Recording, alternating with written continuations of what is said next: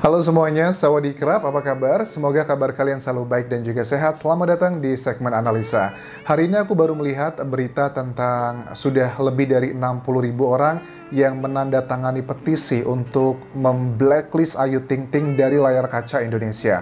Wow, luar biasa banget ya. Padahal kalau kita lihat kasus ini awalnya adalah cyberbullying yang diterima oleh Ayu Ting Ting beserta putri dan juga keluarga besarnya dari seorang warga negara Indonesia yang bekerja sebagai TKW ya di Singapura.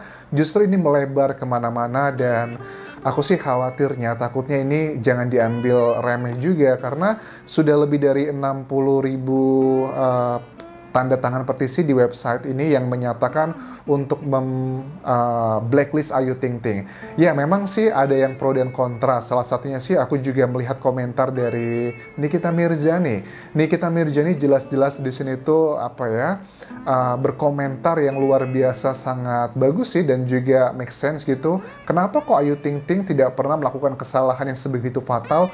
Kok ada puluhan ribu orang yang hatersnya gitu membuat petisi seperti itu. Sebenarnya, Jess, menurut kamu apakah mungkin hanya dengan petisi seperti itu TV akan mengikutinya? Ya, tidak juga sih, karena memang benar beberapa kali itu ada ya sejumlah selebriti di Indonesia, artis misalnya kayak Luna Maya. Luna Maya juga pernah di blacklist dari TV Indonesia tapi oleh sebuah lembaga agar aman gitu tayangannya karena ada isu-isu tertentu begitu. Dan bisa aja ini terjadi beneran kalau ini membuat kegaduhan di masyarakat yang akibatkan kemunculan oleh seorang selebriti. Tapi kita bahas dulu deh. Yang pertama adalah komentar yang masuk akal dari Nikita Mirzani begitu. Walaupun aku tidak 100% setuju dengan Nikita Mirzani, tapi ada beberapa poin yang menurut aku ini juga layak untuk kita bahas gitu guys. Coba kita dengarkan. Kesalahan Ayu Ting Ting kan nggak benar. Kenapa dia harus boykot? Ada petisi boykot Ayu Ting Ting. Kesalahannya dia apa? Dia cuma nanya itu. Katanya dia punya video bokep enggak? Kalian nggak pernah bisa lagi isi tubuhnya. Oke. Apa kesalahan? Nah, ini juga yang menurut aku aneh ya. Kenapa sih ke sebagian orang Indonesia gitu sebegitu fanatiknya? Fanatik di sini itu sebegitu fanatik, baik itu membenci ataupun juga mencinta. Kadang kalau orang yang fanatik itu nggak bagus sih, karena kayaknya sebagian besar banyak ya orang Indonesia tuh memiliki sifat fanatisme gitu, baik terhadap selebriti, agama ataupun juga hal tertentu. Pokoknya kalau sudah benci sama ini, semuanya yang menjadi musuhnya adalah musuhku juga. Itu nggak baik juga sih. Salah satunya menurut aku yang agak sedikit aneh untuk orang-orang yang membenci Ayu Ting Ting adalah mereka mau ya capek-capek gitu ngebuat petisi seperti ini untuk memblacklist Ayu Ting Ting dengan permasalahan yang menurut aku masih remeh-temeh lah, hal yang masih bisa didiskusikan. Tapi aku tidak pernah mendengar petisi di Indonesia, misalnya sejumlah public figure yang kena kasus video asusila tersebar kemana-mana, itu nggak pernah aku mendengar ada yang membuat petisi seperti ini gitu. Ini kayak standar ganda gitu loh. Maksudnya kesalahan mereka jauh lebih tinggi, maksudnya aku bukan berarti Tuhan ya lebih suci dari mereka, bukan sama sekali, tapi dalam segi norma gitu. Mungkin mereka jelas-jelas melanggar norma-norma di Indonesia dan efeknya jauh lebih besar, lebih buruk dibandingkan hanya perdebatan yang sedang kita bahas masalah perundungan Ayu Ting Ting ini kan ya. Aku nggak pernah mendengar gitu loh. Orang-orang yang tersangkut kasus asusila justru malah mereka populer, justru malah mereka mendapatkan endorse, justru malah mereka tuh bangga, wah keren ya. Itu kan banyak ya kasus-kasus terakhir ini yang video mesumnya tersebar, justru malah mereka kayaknya bangga gitu, malah menjadi mendapatkan banyak pekerjaan di dunia entertainment di Indonesia. Please dong, jangan hypocrite gitu. Kalian gini ya, sebagai penikmat TV, penikmat acara, kalian tidak pernah tahu sebelum kita on air tuh kita selalu di briefing. Kita harus apa, mau bagaimana, mau nanti begini, nanti seperti ini. Ini adalah salah satu yang menurut aku juga poin yang penting ya. Karena salah satu alasan kenapa Ayu Ting Ting itu dibuat petisi untuk diboykot ini, katanya Ayu Ting Ting dinilai sebagai artis yang tidak punya etika dan tidak punya sopan santun. Oke.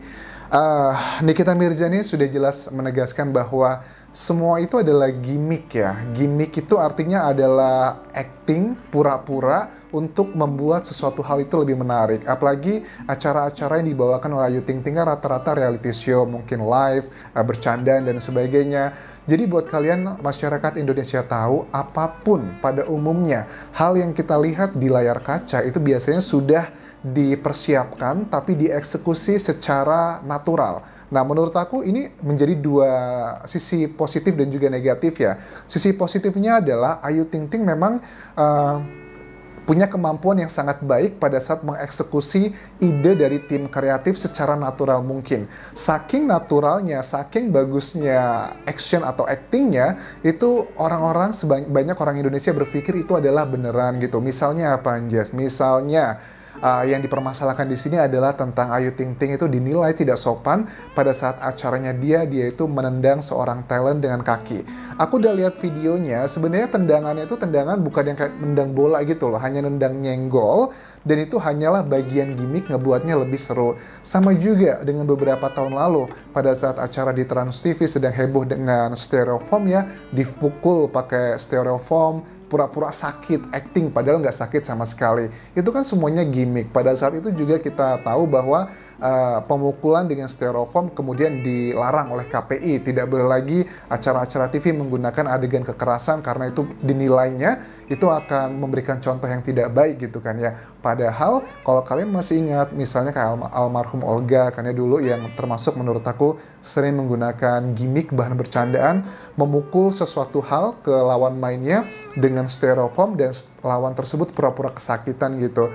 Dan anehnya, lugunya banyak orang Indonesia masih percaya, wah itu kok kasihan banget sih dipukulin, itu kok kasihan banget sih diberikan bedak dan sebagainya. Padahal itu semua bukan spontan, padahal itu semua sudah direncanakan, tapi dieksekusi secara natural. Sekali lagi ya, apapun yang kita lihat di layar kaca, umumnya semuanya sudah direncanakan, tapi dieksekusi secara natural. Dan sepertinya masyarakat Indonesia masih banyak yang terlalu lugu, dipikirnya semuanya ini adalah beneran. Ayu Ting Ting pun juga sama, pada saat dia bercanda cuawaan gitu kan ya, mungkin agak sedikit menggunakan bahasa tubuh atau dan semacam-macam. Ya itu semua sudah memang direncanakan, sudah diajak diberitahukan ke lawan mainnya seperti apa. Kalau dibilang bahwa Ayu Ting Ting tidak punya etika, tidak punya sopan santun, menurut aku mungkin benar bagi sebagian orang, karena kan ini subjektif kan ya. Sopan menurut Anda belum tentu sopan menurut aku, begitupun juga sebaliknya. Tapi kalau harus diboykot dengan petisi, menurutku nggak fair. Kenapa? Artis-artis ataupun juga orang-orang biasa kemudian menjadi artis karena terkenal dengan video mesumnya, itu aja tidak ada petisi seperti ini. Tapi kenapa hal yang seperti ini dibuat petisi? Menurut aku, it doesn't make sense. Apakah menurut kamu, Anjas, ini bisa menjadi serius? Bisa. Karena apa? Karena kita lihat kasus yang seperti almarhum Olga Saputra ya, dengan styrofoam pun sekarang sudah tidak ada lagi nih di layar kaca, karena memang itu termasuk pelanggaran dari pemilik saluran siaran di Indonesia adalah KPI, pemerintah Indonesia gitu. Karena kalau terus dilakukan dan itu melanggar aturan KPI, ya bisa kena sanksi TV tersebut, acara tersebut bisa diboikot, atau bahkan TV tersebut bisa kehilangan hak siarnya. Dan kalau aku melihat sekarang sih untuk boikot Ayu Ting Ting, petisi ini sih memang jumlahnya masih kecil, hanya 60 ribuan dibandingkan dengan total penduduk Indonesia hampir 280 juta orang, itu kan mungkin hanya 0,000 sekian persennya gitu, nggak nyampe 0,1% tuh jauh sekali begitu loh. Nah, ini sekarang juga sudah muncul petisi di sini adalah untuk Save Ayu Ting Ting. Kalau aku lihat di sini itu sudah berapa nih ya? Sudah hampir 12.000 yang membuat petisi Save Ayu Ting Ting. Jadi ada terbelah jadi dua, hanya gara-gara awalnya adalah kasus perundungan gitu kan ya. Well, ini jadi melebar kemana-mana begitu. Coba kita simak lagi komentar dari Nikita Mirzani yang mendukung, yang nggak rela kalau Ayu Ting Ting harus diboykot karena ini. Kalian tuh nggak tahu gitu, kalian tuh cuma tahunya ketika sudah ada di TV, ditonton, that's it gitu. Kita mau jelasin juga kalian nggak nyampe.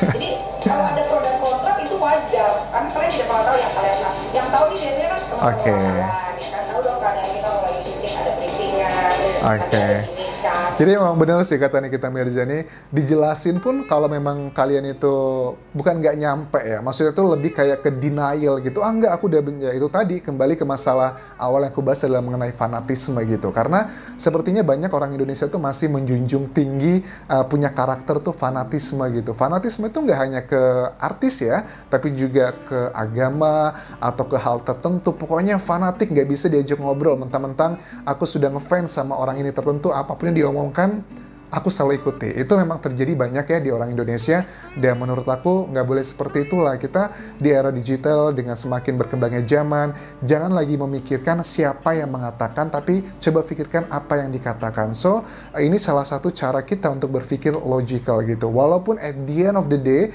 kita pasti akan terbelah jadi dua. Ada yang kontra, ada yang pro, it's fine gitu. We agree to disagree, tapi yang menjadi poin adalah jangan sampai membuat sebuah hal atau aksi yang merugikan orang lain, misalnya kayak pemboikotan atau mengeluarkan kata-kata negatif, itu kan nggak make sense begitu. Kan kita nggak mungkin kasih tahu dong, itu kan masalah stasiun TV biar ratingnya naik atau bagaimana, kita kan nggak tahu. Jadi udahlah, jadi penikmat televisi yang baik-baik aja gitu. Kalau memang ada yang tidak disukai, ya ada namanya direct message. Oke, jadi itu adalah Sebenarnya gini ya, mereka tuh nampaknya tidak pengaruh besar banget karena mereka hanya membenci yang terlalu menikmati.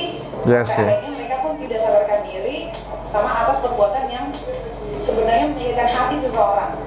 Oke, jadi memang benar sih, haters tuh mereka tidak punya kesadaran tinggi ya, bahwa mentang-mentang kita nggak ketemu secara langsung dipikirnya take it for granted. Mereka tuh nggak mikir bahwa yang namanya artis, apapun profesinya gitu juga pasti ada punya rasa sakit hati. Nah, Nikita Mirzani juga di sini mengomentari nih salah satu anggota DPRD Bojonegoro ya, yang mengomentari tentang mengkritik orang tua Ayu Ting Ting. Ini yang dikatakan Nikita Mirzani ke anggota DPRD tersebut. Tanyain cuman bapaknya sama ibunya Ayu yang bisa lolos penyekatan, bapak juga harus tegur itu. Bapak punya masyarakat, haters suka bikin kegaduhan di media sosial. Biar adil, kenapa bapak punya penduduk tidak bisa dididik dari jarinya? Jadi biar sama seimbang, jangan nanyain bagaimana bisa lolos penyekatan, namanya juga orang tua ya ngebelain anaknya lah, itu udah lumrah.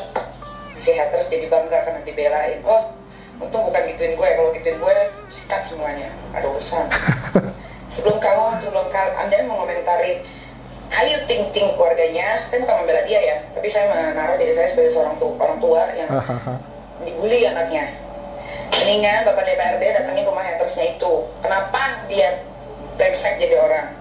Baru komentari Bapak sama ibunya. Jangan komentari Bapak sama ibunya, lo tahu aja yang terkenal yang mana. I see. Jadi memang benar sih, memang karakter aku sih bisa paham ya, karakter politisi di Indonesia itu memang seperti itu, berusaha mengaburkan konten atau konteks utama dari sebuah permasalahan agar bisa mencapai tujuannya. Dan ya, PPKM adalah isu yang berusaha diangkat untuk mengaburkan inti dari permasalahan ini. Jadi ya, that's it. Mudah-mudahan sih analisaku kali ini tuh bisa memberikan inspirasi bagi kalian, bagaimana kita bersikap, bagaimana kita berperilaku di era digital ini. Karena menurut aku penting ya, nggak ada pelajaran di sekolah bagaimana kita harus bersikap di sosial media. Karena ya ini something new gitu, changes happen every day gitu. Nah, terakhir yang aku bahas di sini kita lihat, jadi kita akan tunggu nih nanti apakah dari website ini yang membuat dua petisi. Pertama adalah petisi boycott Ayu Ting Ting, dan kedua adalah petisi save Ayu Ting Ting, mana yang akan menang lebih dulu. Well, aku sih berharap KPI tidak mengambil ini secara serius ya, karena ya nggak boleh nggak adil juga sih, karena kalau hanya memboikot seseorang hanya masalah remeh-temeh, hal yang subjektif, menurut aku nggak fair. Karena ada banyak public figure di Indonesia yang kasusnya jauh lebih parah dibandingkan ini. Misalnya kayak Mesum itu ya, video Mesum, justru mereka malah menjadi populer di Indonesia dan tidak ada satu orang pun yang membuat petisi seperti ini. Oke, thank you very much for watching this video. Tinggalkan komentar kalian mengenai video ini, serta juga share, like juga, dan subscribe channel YouTube ini, dan bagikan ke teman-teman kalian yang kira-kira terhibur ataupun juga akan mendapatkan manfaat dari analisa ini. Kopun Krab semuanya, bye-bye.